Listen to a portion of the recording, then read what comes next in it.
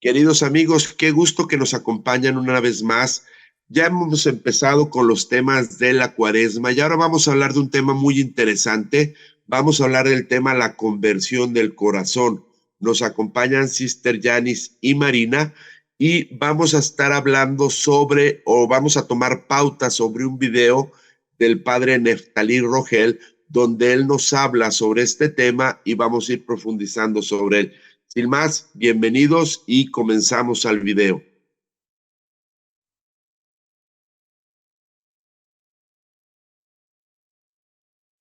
Estamos en este programa dedicado al estudio del catecismo de la Iglesia Católica y hemos hecho un paréntesis para un poco reflexionar sobre el tema de la conversión, que es tan importante en este tiempo en el que podemos corresponder al Señor de una manera diferente. Dios en su gran amor nos permite este tiempo de Cuaresma para poder examinar nuestra vida, para poder dar en el día a día aquello de lo cual Dios nos da. Dios nos da el amor, la fortaleza, nos da la compasión, nos da la misericordia, para que también nosotros aprendamos a ser misericordiosos, para que también nosotros aprendamos a dar lo mejor de sí en el día a día. Este tiempo de conversión es un tiempo para dejar que la gracia de Dios actúe en nosotros, para permitir que la fuerza del bien haga en nosotros ese cambio, la fuerza del bien pueda reinar en nosotros. Dice en el numeral 385 del Catecismo de la Iglesia Católica: Dios es infinitamente bueno y todas sus obras son buenas. Sin embargo, nadie escapa de la experiencia del sufrimiento, de los males en la naturaleza, que aparecen como ligados a los límites propios de las criaturas y sobre todo a la cuestión del mal moral. ¿De dónde viene el mal? Buscaba el origen del mal y no encontraba solución, dice San Agustín en sus confesiones. Y su propia búsqueda dolorosa solo encontrará salida en su conversión al Dios vivo. Así dice el numeral 385. San Agustín buscaba el origen del mal y no encontró la solución. Y dice el catecismo, solo esa búsqueda dolorosa solo encontrará salida en su conversión al Dios vivo. Porque el misterio de la iniquidad, de la que habla Segunda de Tesalonicenses, capítulo 2, versículo 7, ese misterio de la iniquidad solo se esclarece a la luz del misterio de la piedad. Segunda de Tesalonicenses capítulo 2, versículo 7, porque el misterio de la iniquidad está ya en acción. Así dice la palabra de Dios, que ese misterio de la iniquidad, y es misterio porque la razón no alcanza a explicarlo, la razón no alcanza a entenderlo. Entendemos parte de todos esos males, entendemos, pero no del todo. Y dice la palabra de Dios en segunda de Tesalonicenses capítulo 2 versículo 7, porque el misterio de la iniquidad está ya en acción, apenas se quite de en medio el que por el momento lo retiene. Entonces se manifestará el impío, a quien el Señor Jesús destruirá con el soplo de su boca y aniquilará con su venida majestuosa. Pues ese tiempo, ese misterio de iniquidad, solo se esclarece a la luz del misterio de la piedad. Como dice el Catecismo de la Iglesia Católica, esa búsqueda del origen del mal em, se encuentra la salida solo en su conversión al Dios vivo, porque el misterio de la iniquidad solo se esclarece a la luz del misterio de la piedad. Como dice Primera de Timoteo capítulo 3 versículo 16, en verdad es grande el misterio de la piedad, el cual fue manifestado en la carne. Ese misterio de la piedad que es el mismo Cristo. Y en este tiempo de, de gracia, en este tiempo de Cuaresma, tengamos presente que no hay ningún pecado que no tenga su perdón. Como dice la palabra de Dios, donde abundó el pecado, sobreabundó la gracia. Y hablando de esta realidad de pecado, dice el Catecismo de la Iglesia Católica en el numeral 386, el pecado está presente en la historia del hombre. Sería vano intentar ignorarlo o dar a esta oscura realidad otros nombres. Para intentar comprender lo que es el pecado, es conocer el vínculo profundo del hombre con Dios. Porque fuera de esta relación, el mal del pecado no es desenmascarado en su verdadera identidad de rechazo y oposición a Dios, aunque continúe pesando sobre la vida del hombre y sobre la historia. La realidad del pecado, y más particularmente el pecado de los orígenes, solo se esclarece a la luz de la revelación divina. Y esa fuerza del pecado es la que está atormentando a tanta gente, la que está quitándole la paz a tanta gente. Por eso necesitamos esa conversión del corazón. Necesitamos entrar en esa conversión del corazón.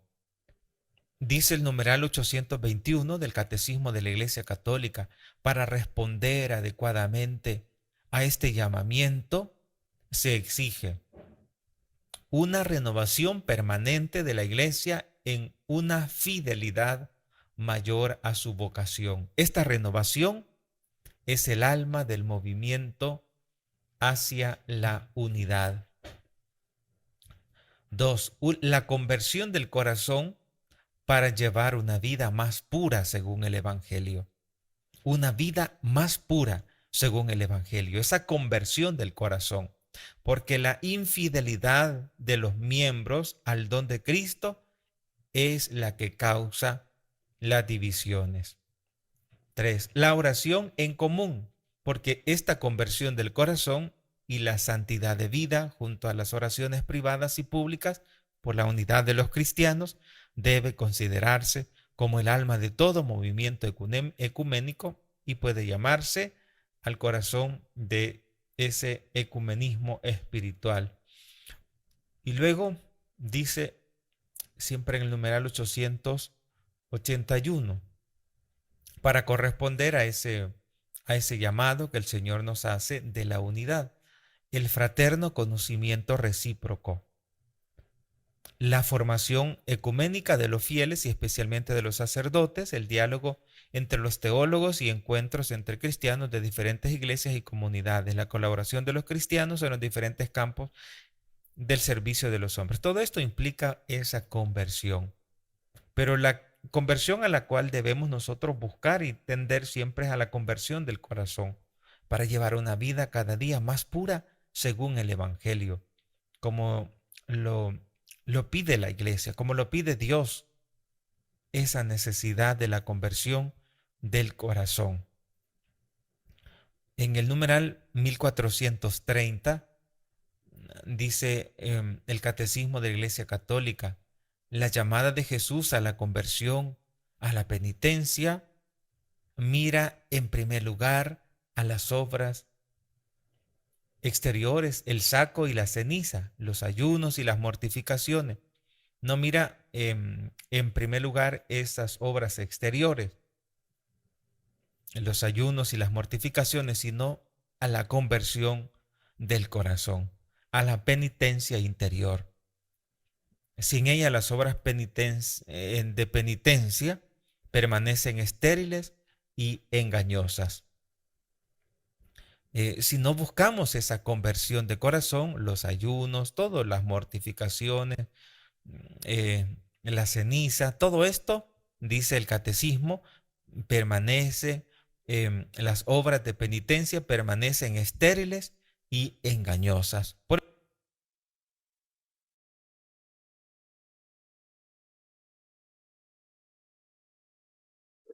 Pues no sé quién quiera comenzar, Sister Yanis.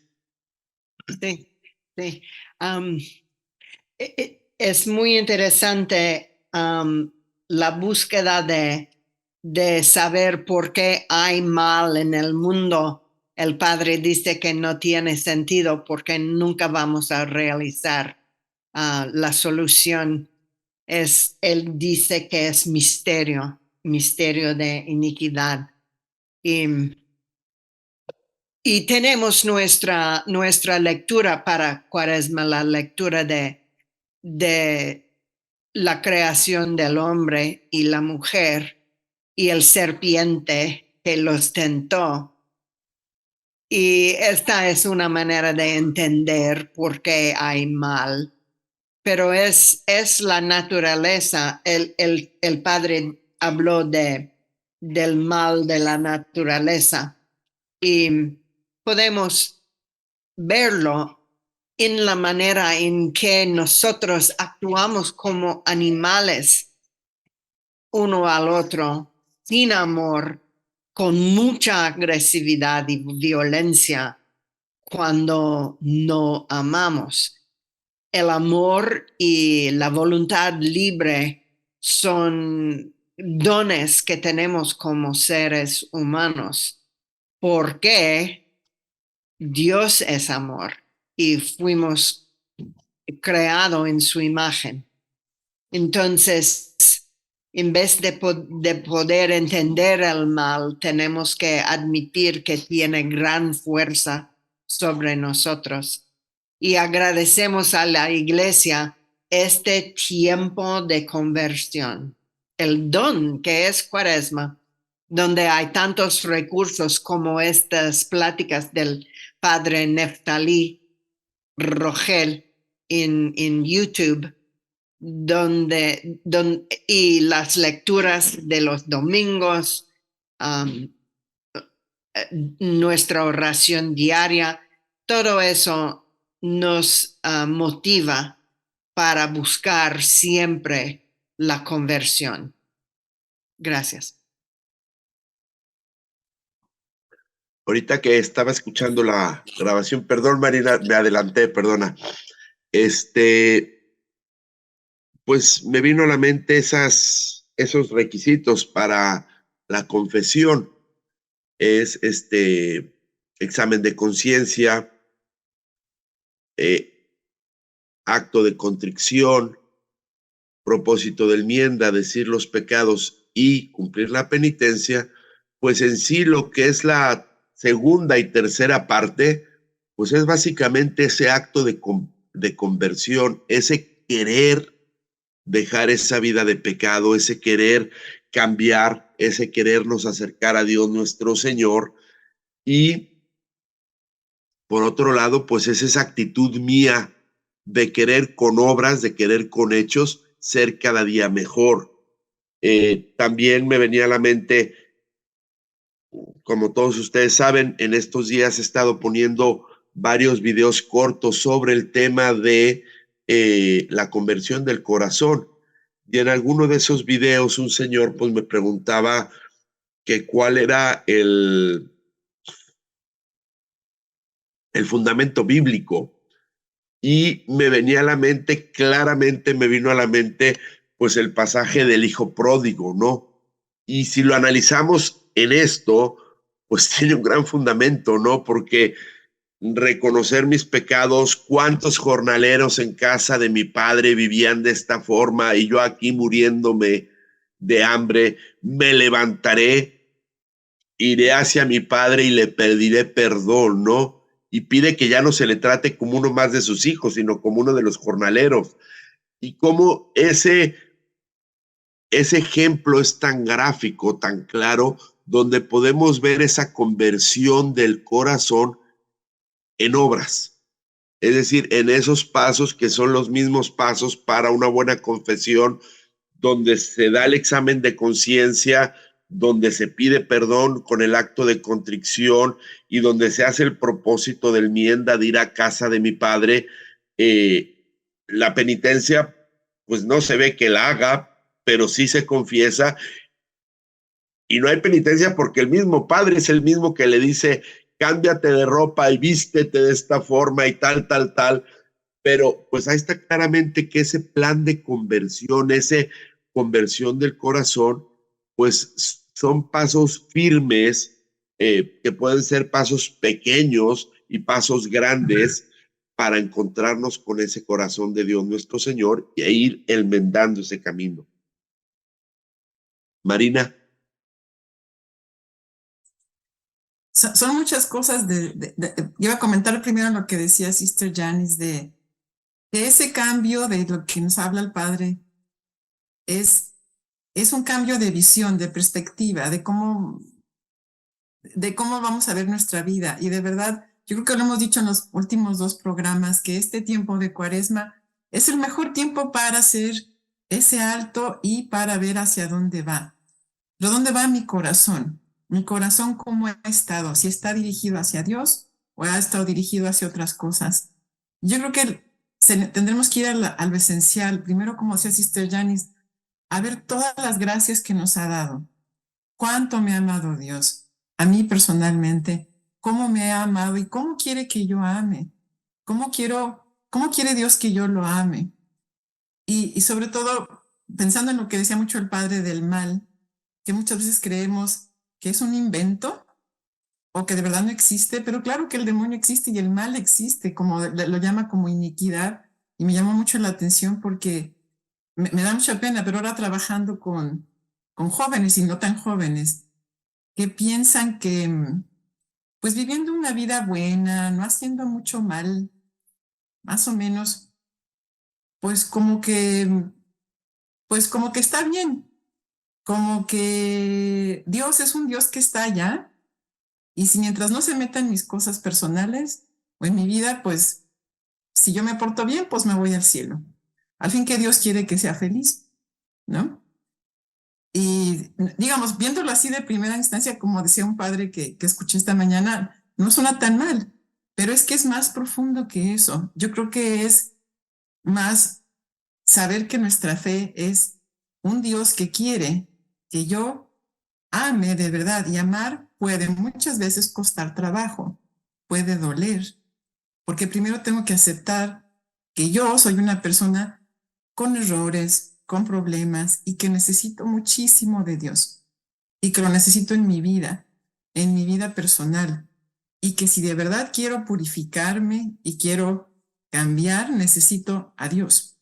Entonces yo lo veo así como en esas palabras de yo necesito a Dios porque Dios quiere que yo ame como Él, quiere que ensanche mi corazón como Él, y para parecerme más a Él, pues necesito trabajar en ese corazón mío. Entonces, lo veo más en ese camino, porque no podemos tener una fe fácil, como que todo sea muy sencillo, porque Dios no nos lo pone así. Entonces, para que el ayuno, para que la mortificación, para que la limosna, todo lo que tenemos que hacer.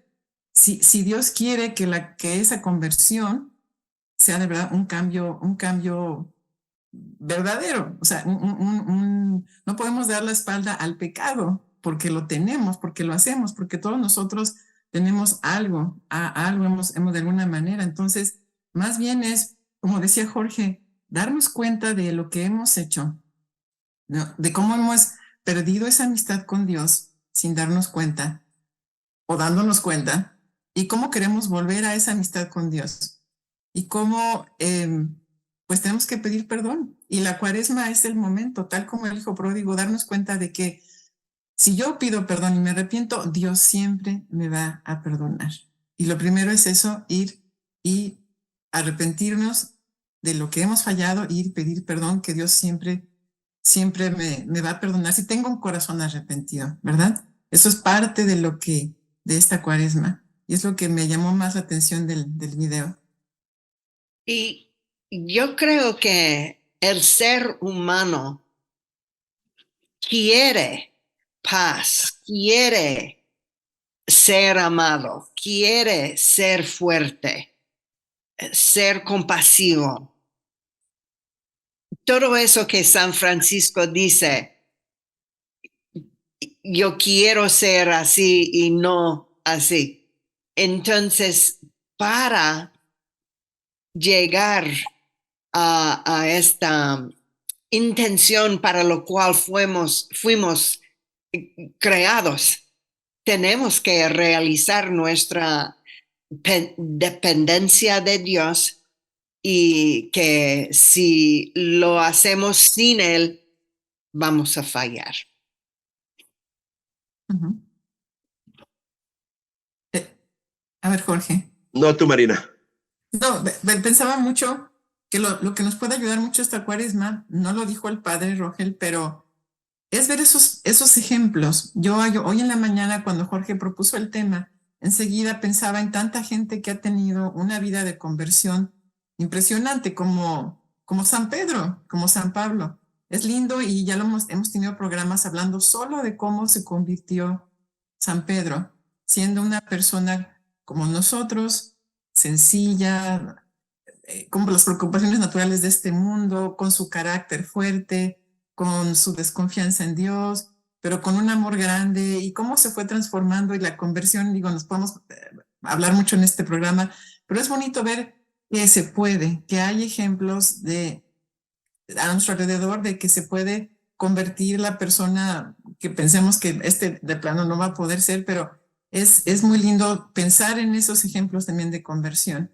Y pues bueno, lo más importante es leer la Biblia. Yo creo que es el mejor consejo que siempre damos en Cuaresma: abrir el Evangelio y meditar en las Escrituras, sobre todo las de cada domingo, ¿verdad? Dime, Jorge, Sí, no importa. Algo que ahorita que estabas hablando de San Pablo, ¿no?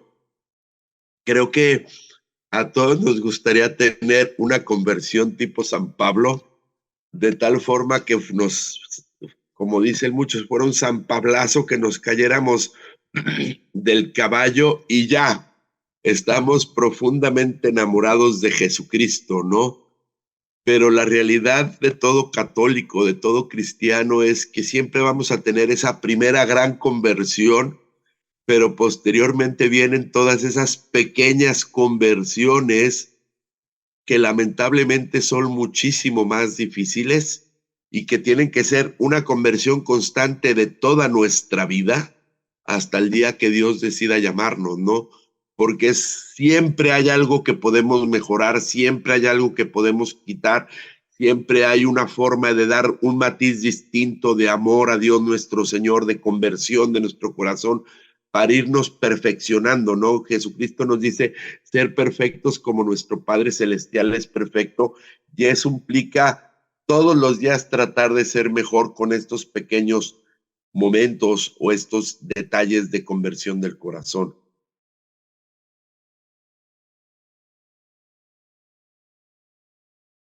Y muchas veces vienen cosas a nuestras vidas como enfermedad o muerte de un ser querido, estas cosas difíciles que exigen de nosotros una respuesta, o profundizar nuestra fe, o quedamos en rabia y rencor, siempre diciendo, ¿por qué mí? ¿Por qué tiene que ser yo?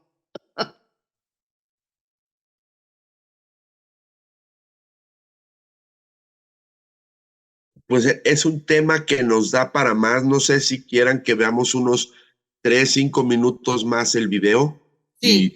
y ya puntualizamos como comentarios finales, ¿no? Bernardo.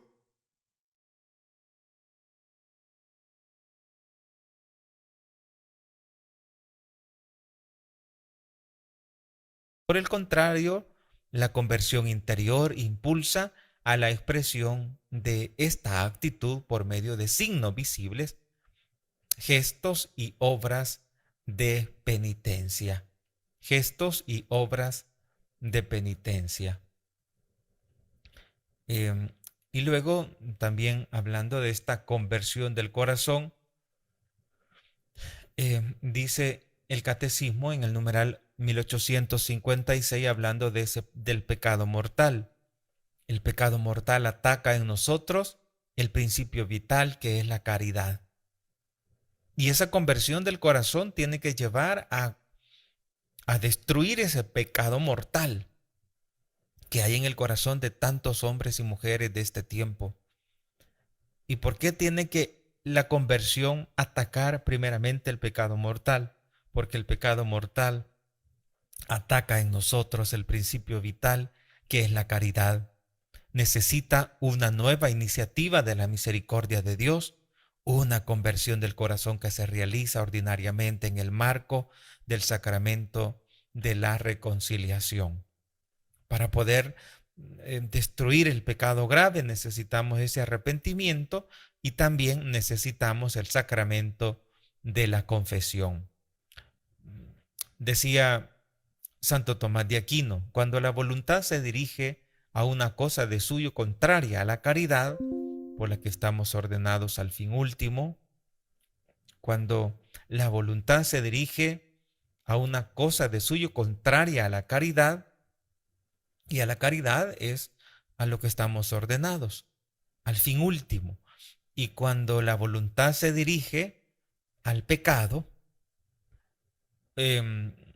por su objeto mismo, tiene causa para ser mortal, sea contra el amor de Dios, como la blasfemia, el prejuicio, o contra el amor del prójimo, como el homicidio, el adulterio, etc.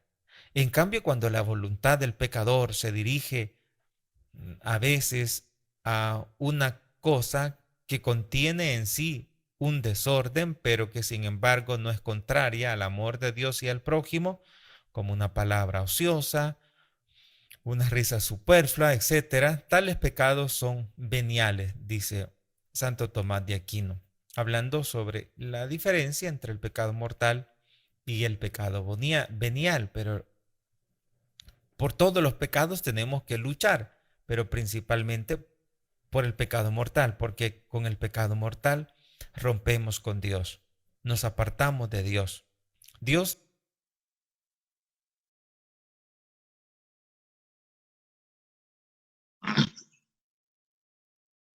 es impresionante que es más fácil, bueno, es más difícil, como decía ahorita el padre, la maldad y la gravedad de un pecado mortal en comparación de uno venial, pero ¿cuántas veces nos pasa que vamos, bueno, no, pues siempre nos pasa, ¿no? Que por el puro hecho de ir debilitando nuestra alma, nuestra voluntad, con pequeñitos pecados veniales, pues podemos acabar en un gran pecado mortal, ¿no? Como pensando en esos grandes pecadores, si alguna vez hubieran pensado esa gran, lamentable, gran relación que hay en ese primer pecadito que cometemos y ese grande, pues nos damos cuenta que es una sucesión de pasos lógicos, ¿no? No porque lo vaya a cometer, sino porque voy debilitando mi voluntad y mi amor a Dios, ¿no? Eh, yo me acuerdo la primera vez que me confesé, y creo que a todos nos pasaba lo mismo, pues cómo nos daba vergüenza decir ese primer pecadito que cometimos, que seguramente habrá sido pues que hice una diablura o que desobedecí o que no obedecí o que se me salió una mentirita. Y hoy en día, digo, si fuera el caso de la mentira, pues con qué naturalidad nos salen las mentiras, que ya muchos ya nos volvimos expertos, y todo tiene su origen en ese primer pecadito o en esa pequeña primera maldad, y cómo muchas veces eso nos va llevando, nos va deformando para luego caer en momentos más difíciles, ¿no? Por eso es muy importante tomar unos minutos al final del día o principio del próximo día, pensar, repasar el día y ver los movimientos de gracia en mí o los movimientos del pecado, los movimientos que me llevaron a endurecer mi corazón. Eso me impresionó mucho, que el Padre dijo que el pecado mortal nos rompe de la caridad, nos separa de la caridad. Y como dice Jorge, los pequeños actos de cada día podemos ir separándonos de la caridad sin nosotros perseverarlo, si no somos conscientes, repasando cada día. Y reconocimiento que la gran gracia que Dios nos da para servir a los otros sin pensar en mí mismo, para hacer actos caritativos. Es la gran gracia de Dios y nos ayuda a reconocerlo.